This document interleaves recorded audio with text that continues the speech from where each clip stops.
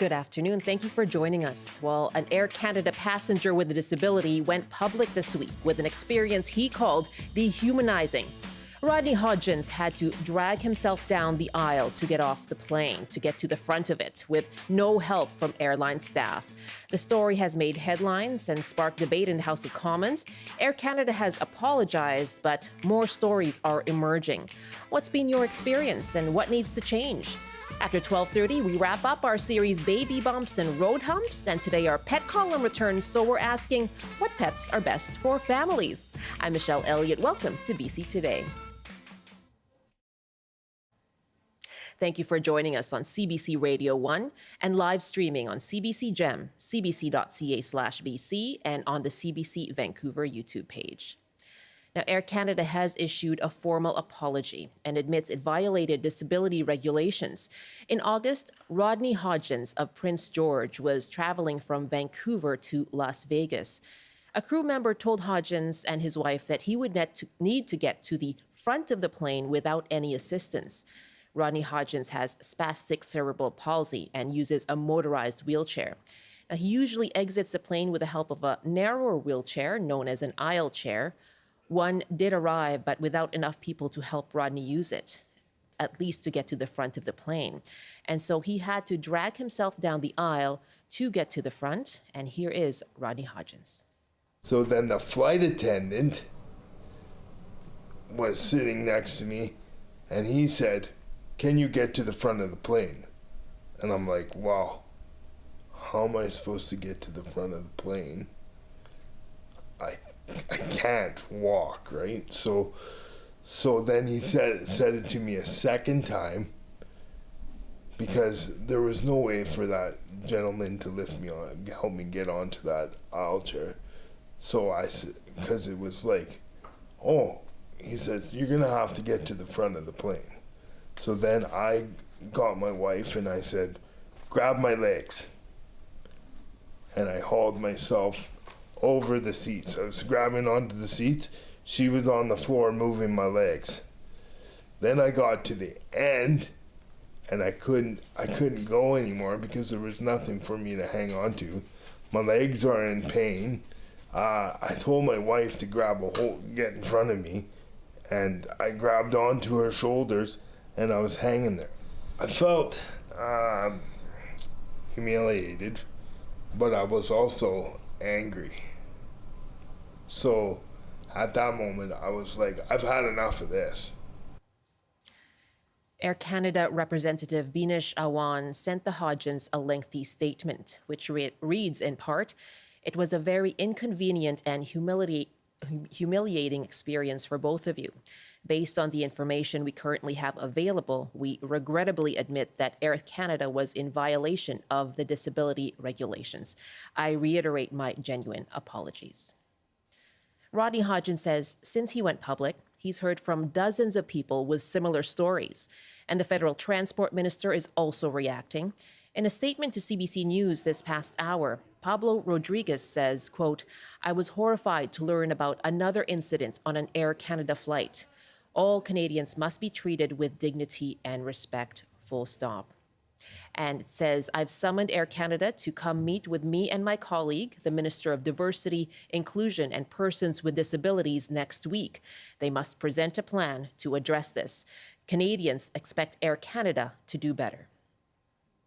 For myself, I would like Air Canada to reach out to me and talk to me. Yeah. Because I have some suggestions that I think would help their program. So if they were to give me some money, I would take that money and I'd say, "Here, have it back, because this is what I want you to do. I want you to stick whatever you were gonna give me back into your company to develop a program to make people with disabilities have an easier time traveling with your airline." So I've had other people, they've been messaging me on the phone, on my Facebook Messenger, saying, "Hey, how this happened to me, Air Canada also left my electric chair in Montreal. They lost my chair. Can you help me? So this is why I've kept it up, because without us saying anything, a lot of people are afraid to. So I'm like, well, if I can help you, I will. And we are also learning more about a second incident involving Air Canada and a person who uses a wheelchair. CBC has been reporting about a BC comedian with cerebral palsy who says he was dropped and injured while trying to exit a flight. And he's now calling for Air Canada to improve its training to keep all passengers safe. Well, we are taking your calls on this. If you live with a disability, what has been your experience with airline travel? What needs to change to respect disabled people's rights? You can give us a call, 1-800-825-5950, 604-669-3733, and pound 690 on your cell phone. You can email bctoday@cbc.ca. Jocelyn Maffin is the Associate Director of Service Delivery with Spinal Cord Injury BC and joins me now from Nanaimo. Good afternoon, Jocelyn. Thanks for joining us again. Hi, thanks for having me. What was your initial reaction to Rodney Hodgins' experience? I was so disappointed, and sadly, it was not unfamiliar. That kind of situation happens to many travelers with disabilities who require assistance to deplane. And that's why it's so disappointing, is that it's so common. I haven't heard as many stories of people with disabilities having to get themselves off the plane or having that expectation put on them. But as pressure seems to be increasing in the airline industry lately, there's just no margin for error anymore. There's no backup plan for when the passenger assistance crew doesn't show up, and situations like this are increasingly common as a result. And when you say passenger assistance crew, from my watching the interview with Rodney Hodgins, it looks like one person came, but nobody else to help him actually use the wheelchair, the narrow wheelchair for on the plane. What is supposed to happen? Well, it's interesting you have two stories this week about issues that have happened, because the other story highlights one of the ways that people with disabilities are assisted to deplane, and that's through the Eagle Lift, which is a very narrow hoist system that's used for folks who might be very tall or unable to help transfer from their seat to the aisle chair. And the other more common way that we receive assistance is that a team of two comes with the narrow aisle wheelchair, and those two people assist the disabled passenger to transfer themselves from the seat to the narrow aisle chair. Now, I think where things may have broken down here is in sending only one person. That means that they only have a person to push the aisle wheelchair. They don't have the person who assists on the front end of the aisle chair to keep the person's body sort of in the very narrow aisle space and not catching on the seats. And it's really not very safe to operate an aisle wheelchair, even with a very experienced operator, without a second person on the front. And I think we have to remember that people with disabilities don't always have the most sort of typical bodies. You know, I have paralysis from the waist down, and one of my legs isn't exactly straight as a result. And I rely on that person in the front to make sure that my leg doesn't catch on one of the seats as we go down the aisle. And as far as you're comfortable, have you had an experience like this in terms of sharing with us, if you're comfortable? Unfortunately, yes. The most memorable of them was going through SeaTac Airport and needing to catch a flight from SeaTac to Bend, Oregon. And my husband and I are experienced travelers, and every time we go, we request assistance to board and to deplane and indicate that I'm able to transfer myself, but I cannot stand or walk. And in this situation, there was a miscommunication among the passenger assistance team. There were several of them waiting to assist several different passengers on this flight. And one party of passengers declined it. And so all of the assistance crews left instead of waiting to assist myself and the other passengers. And the only way for us to get off, now keep in mind, this is the end of the flight. Everybody else has left, and only the folks needing assistance are remaining on the plane, along with the crew waiting. And the only way for us to get off the flight and make our next flight was for me to drag myself along the floor from our seat in sort of the regular class to my wheelchair, which was waiting for us in the boarding area. And it's a very narrow aisle. It's the aisle that everyone walks on. It's not very clean. And I have no function in my legs, so I had to drag on my butt backwards along the aisle until I could get all the way to the front of the plane. And then the struggle is, how do I make that transfer from the floor up to my wheelchair? It's not an easy transfer either, and it can be really hard on my shoulders and my legs in terms of like injury risk. So, and then everyone's watching, the crew, the people who come on to clean the plane, they're all just waiting and watching me do my best to sort of fix the situation so I'm not harmed by it. Oh, I'm sorry that you experienced that. Thanks. It's really unfortunate that it has to happen. And I was talking to my staff waiting for this interview, and it came up that the real issue here systemically is that the expectation is put on the passenger with the disability to fix the problem. The problem being that their accommodation hasn't been provided by the airline, which promised to do that in order to serve a person with a disability. And I'm sure this happened with Rodney. It certainly happened with me in that situation. I felt like if I didn't fix the problem at my own risk, then I would have to suffer the consequences. Nobody should feel like they have to do that to put themselves at risk because the airline runs on a schedule and they lose thousands of dollars a minute. But that is how the system works. Air travel is a system in which it expects obedience at all times. So people with disabilities don't feel like they can say, no, I booked assistance because I need it. I cannot deplane without it. That is your problem, not mine. You speak about what needs to change systemically.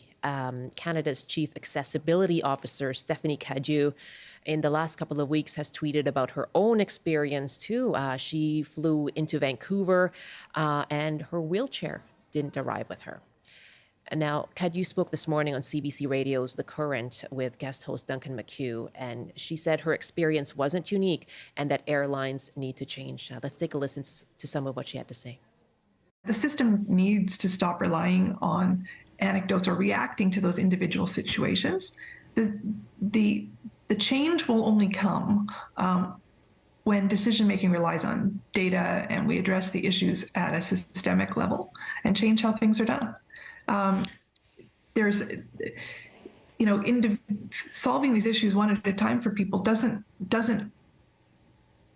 is important, obviously, and arguably, I think there needs to be change there. I think there needs to be. Right now, the onus is on the individual, and the pain, in all senses of that word, is with the individual. The airline really doesn't feel that pain, I would argue, the way things are set up, and that needs to change. That is Canada's Chief Accessibility Officer, Stephanie Cadieux. My guest is Jocelyn Maffin, the Associate Director of Service Delivery with Spinal Cord Injury BC. We are taking your calls on this.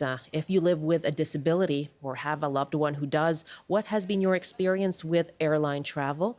What needs to change in order to respect disability rights? Our numbers are 1-800-825-5950, 604-669-3733. Maya is on the line in Vancouver. Good afternoon, Maya. Thanks for calling in. Good afternoon, Michelle. Yes, when I heard that conversation right away, it came to me the story with my mother.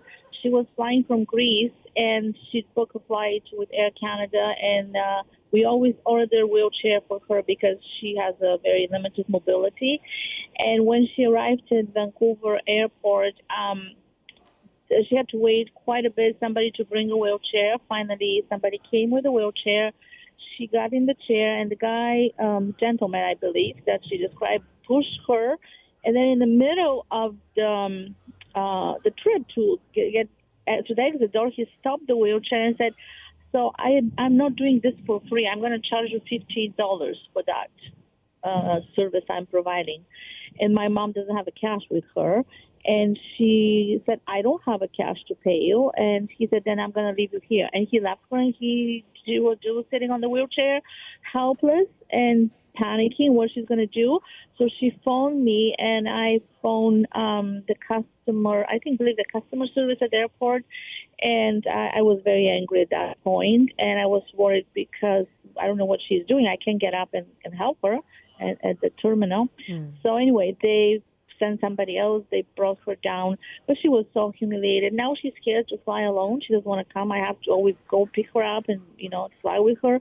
So I think airlines, oh my goodness, don't get me started. And they got a bailout from the government and the service. I mean, the disability, yes, it's huge. But even normal persons, like when we travel, we feel humiliated. I have a little child and no accommodations, and it's not a fun thing to do anymore. I recognize the emotion in your voice, Maya, and you talk about comparing people with and without disabilities and how they're treated.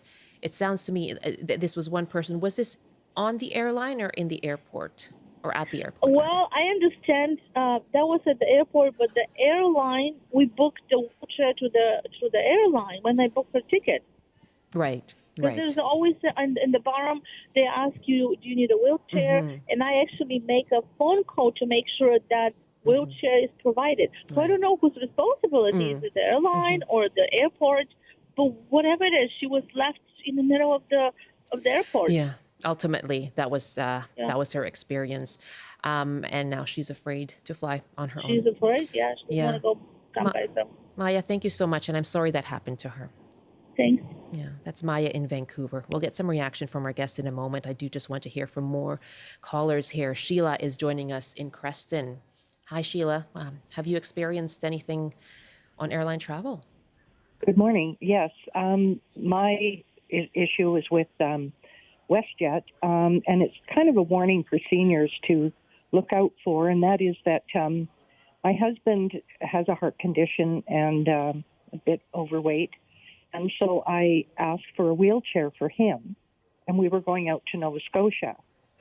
So what happened in the Calgary airport was that we arrived, and this lady came over to help my husband, but basically said that the carry-on stuff, I would have to carry his carry-on stuff as well as my own. And he has a sleep apnea thing and a couple of things that you don't put in your luggage and his medication bag and that type of thing. So there I was struggling with her charging along with him.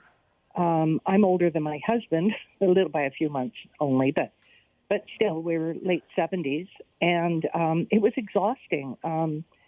My plan, if I fly again, is that I will ask for 2 wheelchairs so that I don't have to be the carry person for my husband. Yeah, as someone who's caring for your husband, what do you make of just the way that situation was approached by that crew member in that conversation and the tone of it? Just that he was too heavy for her, and kind of charged away, but didn't offer any. Like I had said, can't I put the stuff on his knee? And she said, no, he's too heavy, and she just kept going. And it is a fairly big airport, and there was an elevator there, so that made it a little bit easier than the big ramp, but still, with me almost running behind her. So older people, I think, I mean, we're not disabled or I wasn't disabled or handicapped, but there was a big expectation of them on my part, if that makes sense. The onus once again. Sheila, thank you so much for your call. Thank you for sharing your story. And thank you for addressing this. That's Sheila joining us from Creston. Jocelyn Maffin is with me, the Associate Director of Service Delivery with Spinal Cord Injury BC. A couple of things stand out to me about just those interactions with crew members and the passengers. What did you make of those conversations they had? Well, it reminds me of something you said just before the jump about the service being offered just being a cost to the airline and not an actual incident that provokes change. And I think ultimately airlines listen only to time and delay. And unfortunately, maybe with all of the difficulties in the system right now and the lack of backup plans and sort of a margin for error, they're just unable to offer that sort of human response and or even a meaningful response when they've made an error. I mean, in all of these situations, we've heard that people are being responded to with flight credits. And in most situations, people don't want to fly again at all, let alone with that airline, because they've lost trust that they are respected as human beings and with the needs that they have. And I really feel for the people working in the airline industry right now, but clearly, airline credits are not going to cut it anymore. We need measurable change in customer service and accessibility procedures. If those are the things that need to change, how do we get there? Well, what I've heard that Stephanie Cadieux has suggested, and that they plan to meet with the Air Canada and hopefully other airlines as well, because this is not just an Air Canada problem in the coming weeks. This is what the Accessible Canada Act was designed for, and the air travel industry is federally regulated, so the federal government is the right approach to take here. I think we need more transparency, for example, about the number of mobility aids damaged in flight, about the number of failures to provide accessibility assistance onto and off planes. But I think another thing to consider here is our airports are getting bigger and they're getting less accessible for everybody. Just as your last caller said, folks who are older might not consider themselves disabled, but when faced with what is, almost a kilometer walk to the gate, that's difficult for them. And if we pay more attention to that design for accessibility, whether it's regional travel or international travel, so that our airports are a little bit more accessible for everybody, I think they'll have fewer needs to provide these accessibility accommodations. Let's take one last call here from Steve in Creston. Hi, Steve. Thanks for calling in. Hi, thanks so much for taking my call. I'm an injured worker, and I just had hip replacement surgery in Kelowna and live in Creston. So coming back, I had to go from Kelowna to YVR and then to Cranbrook. Had some positive experiences from Air Canada staff, especially checking in. A gentleman named Benoit came over from behind the counter, found me a wheelchair, took my ID, gave me my ticket, wheeled me through security, got me there. Really uncomfortable wheelchairs. And I asked a bunch of the staff, I said, have you ever sat in one of these? And they were like, no. I'm like, it's 2 bars with a piece of vinyl over it. And for someone with a hip replacement, you guys could throw a cushion under there or something. And none of them had ever actually sat in one. I said, well, try that. And go over some bumps maybe as you're doing it. And then when I got off the plane in Vancouver as I was deboarding, and one of the last ones, because I am, temporarily disabled, and there was a couple other older passengers with, like, in their 90s with, like, 70-year-old children with them, their adult children looking after them. They were going on holidays or something. But I went to get off the plane, and I had crutches, and I put them over to the side, and there was a porter waiting for me with a wheelchair, and he hadn't put the brake on. So I put my arm down on the armrest to sit down, and the whole thing shifted. Oh, my. And I caught myself against the wall before I fell. Yeah. And I looked, and as I looked past back to the gangplank coming off the plane, and the stewardess was laughing at me that I had almost fallen. And I was just like, wow. And the porter told me to be careful. And I said, well, you're in charge of the chair. And then he ran me up the skyway thing and hit the bumps and kept telling me to be careful as he hit them. And I said, can you be a little bit more gentle? I just had surgery. Then took us to a waiting area with one of those golf carts. I got sat in there, and then two other disabled passengers came out, and he was telling their family members to just leave them there and walk to the gate, and he would come back and get them. And both of these ladies were like adamant, like, we're not just abandoning our loved one in a wheelchair in the airport while you scoot off and say you'll come back. And I was just astounded by the behavior. And the laughing thing was like a real window into what it's like sometimes being disabled. I've never been disabled, and like I said, it's only partial, but just to see how you're treated was amazing. And like I said, there were other staff that were great, like getting on the plane to Cranbrook. One of the bag throwers came and grabbed my crutches, made sure I got to my seat, put it in the overhead. But yeah, there's a lot of work Air Canada that I guess all the other airlines have to do. But it was a real eye-opener as to what disabled people have to deal with when traveling.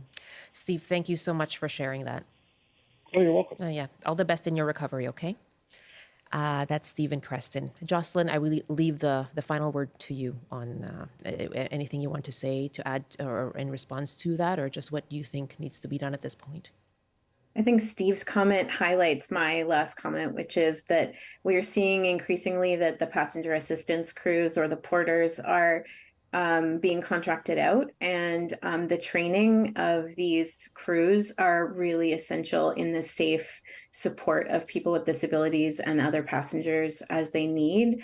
As Steve found out, sometimes they don't do the minimum in terms of safety for passengers, and I have certainly experienced that. And in my experience, people who are not visibly disabled, people who may appear sort of non-disabled but need a little help, often those are the situations in which the people supposed to offer the help assume that that person has all of the strength and function that they themselves do, and don't understand that that person has requested that help because they had a surgery, or they're elderly, or they're debilitated at that moment. And so I think that's an opportunity for the passenger to be really loud about their needs. Can you hold this for me? I've just had surgery. We shouldn't need to do that. It's true. But for our own safety, it's a good practice for us to loudly and clearly communicate our needs. But ultimately, what needs to happen in this process is that there need to be standards for the training of all of these crews, so that passengers with disabilities like me and like your callers can have some trust that when they travel, we're not going to be injured or humiliated in the process. Jocelyn, always good to have you on the show, and we'll continue to follow the story and what does come out of those meetings between Air Canada and the federal government. Thank you so much for your time. Thanks for having me. Jocelyn Maffin is the Associate Director of Service Delivery with Spinal Cord Injury, BC. It's 12:35, 1:35 in the Mountain Time Zone. You're with BC Today here on CBC. Thanks so much for joining us. I'm Michelle Eliot. And coming up in our next half hour, it is our Pets Column Friday. And today we'll wrap up our Baby Bumps and Road Hump series. So we are asking, what are the best pets for families? Have you added a pet to your family? Love to hear from you. That's the open line coming up after the CBC News Update with Robert Zimmerman. Good afternoon. First Nations, the BC government, and the federal government have signed a sweeping agreement to protect 30% of BC's lands and waters by the end of the decade. It's called the Nature Agreement and is worth $1 billion. Both BC and Ottawa have committed $500 million to the protection agreement. Vancouver police say a 41-year-old man has been arrested in connection with a shooting in the Granville Entertainment District back in January. The suspect has now been charged with attempted murder, aggravated assault, and possession of a loaded firearm. And one of 3 psychedelic mushroom stores raided by Vancouver police this week is already reopened. The owner says his other 2 should be back in business later today. And now the BC forecast. A wind warning is in place for northern sections of Vancouver Island with gusts reaching 110 kilometers an hour. On the north coast, a chance of showers this afternoon with a high of 11, highs up to 7 and clearing in the Peace. In the central interior, a chance of showers with a high of 8 degrees, highs reaching 6 with a risk of freezing drizzle in the Kootenays. In the southern interior, including Kelowna, a bit of sunshine this afternoon with a high of 11.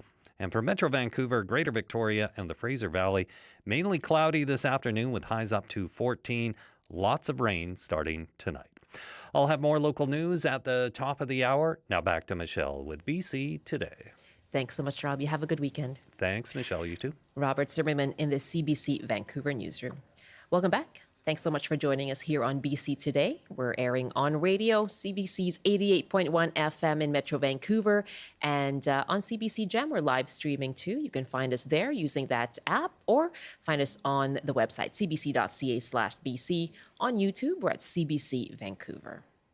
Well, all week here on BC Today, we have been looking at what it's like to raise a young family in the province, the challenges and the successes. We have been calling our series Baby Bumps and Road Humps. And today, with the return of our Pets column, our theme is what makes for the best pets for families. What do you think makes for really good pets for family households? Have you added one to your family? And do you have a question about managing pets and children? How do you go about that in your own family? We'd love to hear from you. What are the experiences you can share about intertwining your babies with your fur babies? You can call us 1-800-825-5950, 604-669-3733. You can hit pound 690 on your cell phone. Email us too, bctoday@cbc.ca. We're joined now by Valerie Barry. Valerie is a dog trainer and the owner of Dog Partners. Good afternoon. Thanks for joining us. Hi, thanks for having me. I imagine dogs are up there on the list as well as cats when it comes to pets for families. For sure, yes, they're very popular. Are there any specific breeds that seem to be popular? Well, the typical family breeds are golden retrievers, Labradors, border collies. When people ask me what breeds to choose for families, I would say it's more about temperament than breed, but those are certainly popular ones. And so when it comes to temperament, what should families be looking for? If you're putting an adult dog in a home or getting a new adult dog, that's always a nice choice because they might have a known history with children, so they're comfortable with children. If you're adding a puppy, I would pick a puppy that's pretty confident, not fearful or shy. There's lots of activity in homes with children, so we need dogs that are, willing to just kind of go with the flow, so to speak. Yeah, and so when, are all puppies shy? How can you tell? Well, if you were to look at a litter of puppies, the ones that come ripping over to you and jumping all over you and really friendly are kind of the ones I would lean towards versus the ones that might hang back a little bit or, sort of stay tucked close to their mom. Yeah. And what about if you have kids and you are able to, have a conversation with them that we are going to have a pet in the family soon? What are the things that they should be, telling them to look out for, or how can they advise them in terms of their behavior? It's more about, the family's activity level and doing some good research on what breeds they might be wanting to bring into the family based on what they like to do themselves and how active a dog they might choose.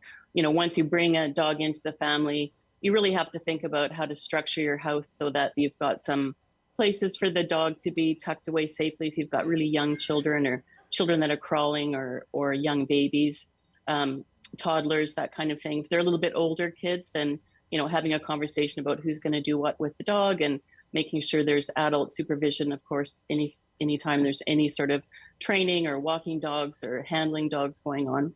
Yeah. What about, taking on some of the responsibility as well? I ask because this is a conversation in my house if we're going to go and have a dog and add a dog to our family, because some of us in the family want one.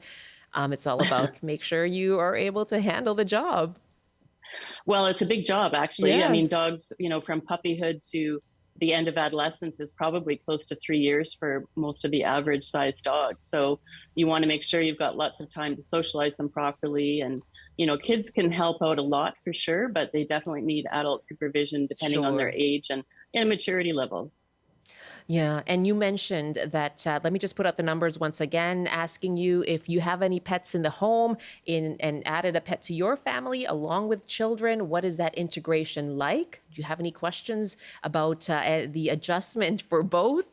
And let us know if you have any strong opinions as to what makes for a good family pet.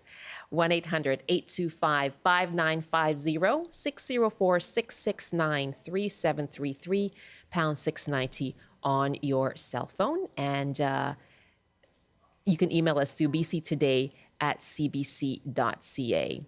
My guest here is Valerie Barry, who's a dog trainer and owner of Dog Partners. You mentioned that pretty much, I'm sure, the most common question you get is what type of breed should we be getting? What other questions do you get then? We kind of prefer if people call us before, they think about getting a dog, but they don't always. So we often get questions afterwards. And a lot of it's, if they have young children in the home, it's about nipping and biting for sure. Puppies bite. Yeah. That's how they explore their worlds. So there's lots of really good information about, conversations we need to have about how to manage puppy biting and how to manage kids and teach them a little bit about dog behavior. You can't be too young to learn that, I think. What should they be thinking about? What are those things that the kids need to know? Well, when dogs say no, I don't want to be touched. Mouthing is a very big part of that. So if a dog is being pet or handled roughly and they put their mouth on your arm or your hand, that's usually an indication that they would like you to stop. And so it's important, or if they walk away from you, that's another indication they would like you to stop. Mm-hmm. And when puppies are very young, when they're tired, they use their mouth a lot as well.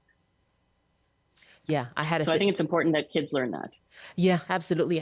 My daughter was playing with a relative's puppy, and I think she was getting a little too excited. And my relative came over and said, "Let's just keep you two away because you may get nipped." So certainly, learning how to be careful and watching the signs as well. We do have some calls coming in. Our numbers again are 1-800-825-5950, 604-669-3733, pound 690 on your cell phone. And our email, if you want to email us your question about integrating a pet into your family, I'd love to hear from you. It's bctoday@cbc.ca. And I know we do have some calls coming in. What about if you're adopting a rescue? Are there any added considerations there? Well, as much as possible, I would pick a reputable rescue, so one that's got a good reputation, recommended by your veterinarian or some professional trainers that know them well. That's a big problem if you're picking the wrong rescue, because you want to know as much history as you can, and hopefully they've had them in a foster home. Right. So they've got some good information about them at that point. Yeah. Do your research, really, is what you're saying. Yeah. For sure. Do you find that people don't do enough of that? As you said, a lot of people call you with a question after the fact. Well, I mean, our business is unregulated. There's no oversight. So I think a lot of people don't realize that. So you never know what kind of advice you're getting. Certainly there's no oversight with rescue groups either. And, people, it's an emotional choice, really. So people really do lead with their hearts often. Yeah. and perhaps without thinking things through. Let's go to Mark in Victoria. Hi, Mark. How you doing? I am well. Thanks for calling. What do you think makes for a good family pet? Oh, well, my hair stood on end when your dog trainer there said having a border collie as a first family pet. I think that people need to think about what they're going to get and what their personal time available is, what opportunities they have for the dog. I've had 4 border collies in 70 years and other dogs. And right now, the 2 4-year-old borders I have take about 4 hours activity a day plus a half hour, an hour of what we call mind work. What is that? I was able to get them working sheep. They now do search and rescue. They're doing things. If you have a border collie and think it's going to be a doormat, you're going to have a problem. Yeah, and don't underestimate the amount of work that's going to be involved. Exactly. And unfortunately, I've met too many people who have border collies, and they thought, well, I'm smart. I just wanted a smart dog. And it rarely works out well. Wow. And I think what our guest said was they're popular. They're very popular, yeah. and they're also very high on the rescue list. Is In that other right? words, needing to be rehomed. Yeah. Yeah. You sound really concerned about it, Mark. Oh, totally, because I belong to a couple of border collie groups, and probably every couple of days, at least twice a week, there's somebody coming on saying, can somebody help take my border collie? Because I don't have the time, and I don't have the expertise to work with it. I mean, dogs are wonderful things. You know, they're human companions. They've been our companions for 30,000 years. But be very specific about what your expectations are for yourself and the dog, and what your family situation is. A border collie in an apartment is it would be funny if you could see it, but it's not. What does it mean? What do you see, or what have you heard about? They're a very active dog. They need something to do, and everybody says, "Oh yeah, I've got something to do," but I don't think they realize just what that dog can find if you leave it alone for too long without. I mean, we leave ours for an hour or two when we go out for dinner, and they sit and they watch sheep herding videos. But they can deal with it because we've actually had the opportunity to work sheep with them. They watch sheep herding videos. Yeah, I watch YouTube when we're out. But you're not talking about a doormat. You're talking about something that needs pretty much constant stimulation or attention or something in terms of mental or physical activity. I see what you're saying. You can't just leave them to their own devices. No. Mark, you won't like what they get up to. Yeah, it sounds like you know from experience. We've had several of them over the years, and they're wonderful dogs. They're absolutely brilliant to have, but you really have to know what you're doing. Otherwise, get a doormat like a retriever or a lab or something. Oh, okay. Well, Mark, passing some people who say get a cockadoodle, and they're carrying it along out of the mud. Yeah. Okay. Some dog lovers around you there. Mark, thank you so much for the call. Yeah. Thanks so much for the call. Yeah, it's a good. Thanks very much. It's a good reminder. Let's go to Valerie Barry on that. Yeah, you were saying earlier, people underestimate the work that is involved. And he said these are different. They're different breeds. Border Collie specifically does need a lot of stimulation. Yeah, for sure. I mean, I can't disagree entirely. I mean, there's Border Collies and there's Border Collies. Certainly herding breeds are popular due to their size, and people perceive them as really smart dogs and easy to train. They aren't always easy in home with young children, but again, it really comes down to temperament. If there's people breeding Border Collies to be more pet home type dogs versus working type dogs, but you really need to pick your dog, and you have to be willing to do, as Mark mentions, lots of exercise. Lots of mental exercise is really important, in my opinion, for all dogs, frankly. Mentally stimulating your dog is, their worlds are pretty small. And so if we can give them lots of activities to do, then that keeps them much happier for sure. He was referring to other breeds as, in his term, doormat, because they can be left alone. What are your thoughts on that? Well, again, I wouldn't classify any one breed as a doormat necessarily. I've met some pretty high energy labs and golden retrievers too. Again, it just comes down to picking the right dog for your set of circumstances. I mean, there's people that live in apartments with border collies, but they do a lot of hiking and biking and outdoor activities with their dogs, so their dogs aren't wanting for anything in particular. Not everybody has the advantage of a yard or that kind of situation, but you can make it work if you put your efforts into doing that, for sure. Okay. Effort is what I'm learning today. Lots of work. That's right. Valerie Barry is a dog trainer and owner of Dog Partners. We are asking you, what do you think makes for a good pet? A family pet. What makes a good family pet, in your opinion? What's been your experience in adding a pet to your family? And what are your questions about integrating kids and pets? 1-800-825-5950, 604-669-3733. Our email is bctoday@cbc.ca. And Martin writes with a question. We are integrating a new puppy with a cat. So there's the family. Can your guest offer advice on this subject? And we are on the way to picking up a puppy right now. Okay, Martin, I hope you're listening before you get to the place where you're picking up a puppy. Integrating a puppy with a cat. What's your advice? Well, hopefully the puppy they're getting has been socialized to being in a crate comfortably or in some form of containment, because that's important, ideally, if you get your puppy already used to those circumstances, because containment is the way to go when you're integrating even if it was two dogs, never mind a dog and a cat. And depending on the size of the dog and the nature of the cat, some cats, I've met clients whose cats play with the dog, and I've met cats who would just run from the dog. So I think it would depend a bit on the nature of the cat, but I would definitely keep them separate until they get to nose each other and smell each other and kind of look at each other and observe and see what's going on there.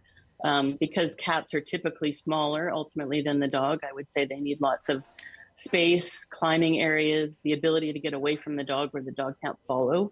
When I've had dogs and cats living together, we often had baby gates separating certain parts of the house where the dogs couldn't go, but there was a hole in the gate that the cats could go in and out freely. If your cat goes outside, I would just be careful that your puppy learns to watch them on a loose leash and doesn't feel the need to chase them. It's not much fun for a cat to be chased around. So quality of life for both pets is important. So just lots of monitoring. Lots of monitoring. Yes. Stay on top of it. Finally, Valerie, what are the benefits of having a pet if you're raising a family? I think it's really nice for kids to grow up with pets and, learn how to look after them, learn what they're all about, learn some empathy for animals. I mean, we have lots of animals in our homes. It's nice if there's lots of people advocating for humane treatment of animals and training methods. And I think it's a really nice way to grow up with pets in your home for sure. Yeah, agreed. Thank you so much for your time. Thank you very much for having me. You have a great weekend. Thank you, you too. Valerie Barry is a professional dog trainer. She's the owner of Dog Partners. It's 12:53, 1:53 in the Mountain Time Zone. Well, to another story now. The city of Surrey is looking to shift gears when dealing with truck traffic. It's searching for land that could be turned into semi-parking spots, saying they are short 2,000 spaces. And as Liam Britton reports, truckers also want more amenities. Gurdeep Sandhu says he's not looking to live like a baller, but for about 85% of the year, this is his crib. Hi, Gurdeep Sandhu. Welcome to my truck.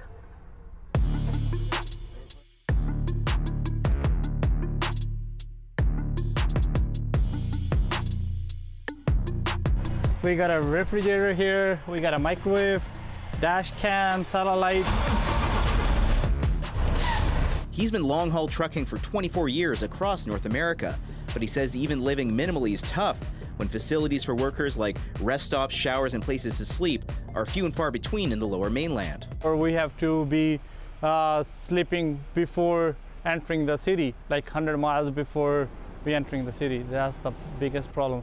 Then we have to deal with the traffic, and we can't even go to the appointment time. Perhaps rarest of all in BC is affordable monthly truck parking. Actually, Alberta and Manitoba is very reasonable, $100. With trailer, they charge only $200, and here is $700. It's like 3 times, more expensive. The industry says it's a poor reflection of what they can offer, especially to prospective workers who are badly needed to keep trade moving. End of the day, it's about your own human dignity as well. If you are working on the long haul and you don't have space to park, to rest, you don't want to do that work. But the city of Surrey wants to do something about it. Council has told staff to seek out city land that could be used as truck parking and find proponents to lease and operate truck parking facilities with it. Industrial land is where you park trucks, and industrial land is some of the most expensive land that we have. It's $5, $6, $7 million an acre. When you're parking 21 to 25 trucks per acre, it economically does not make sense. That's why the city needs to step up. Bain says it will be good for truckers and the community. There is just no space for them to go. So they're forced to park in rest areas. They're forced to park in residential communities. They're forced to park in their own driveways on agricultural land. And this puts them right up against homes, families, and children. And this is where we're seeing a huge problem. But the industry says the problem goes well beyond Surrey. With so much truck traffic flowing east from Pacific ports, there's a need for the provincial government to address the problem across BC. The transportation minister says rubber is hitting the road on the issue, including a new truck stop in Surrey opening in weeks. That'll provide 110 new stalls in state-of-the-art facilities with showers, lighting, electrified stalls, all of that good stuff. So when it comes to truck parking lots, the industry says there aren't exactly, well, lots. And they say unless multiple levels of government step up to resolve this problem, workers and the economy could be stalled. Liam Britton, CBC News, Surrey. Thanks very much to the CBC's Liam Britton for that report. That is it for our show today. And do join us on Monday. BC's Chief Coroner Lisa Lapointe will join us. There's been a major report out from the Death Review Panel from the BC Coroner this week, issuing calls to deal with the ongoing drug toxicity crisis in BC. Lisa Lapointe will join us at noon to take your calls on Monday. A big thank you to all our listeners and viewers this week, and thank you for your Halloween photos. Thanks very much to Jenny Magenta, who went as a witch, Evelyn Gronville as a bath loofah and a bar of soap, Sam and Leo Klinnock with little Leo as Gene Simmons, and Carrie Guichard as Alice in Wonderland. Little Leo as Gene Simmons takes a cake for me. Thanks to our team here on the show, Melody Jacobson, Alan Regan, George Baker, Jake Costello, Mel Carter, Mike Hillman, Mashid Hadi, Mark Fairfield, and Greg Kisser. A big thank you to Rachel Adams for producing our series Baby Bumps and Road Humps. I'm Michelle Eliot. Thank you so much for joining us this week. Remember daylight savings and enjoy that extra hour of sleep this weekend. We'll be back with you on Monday.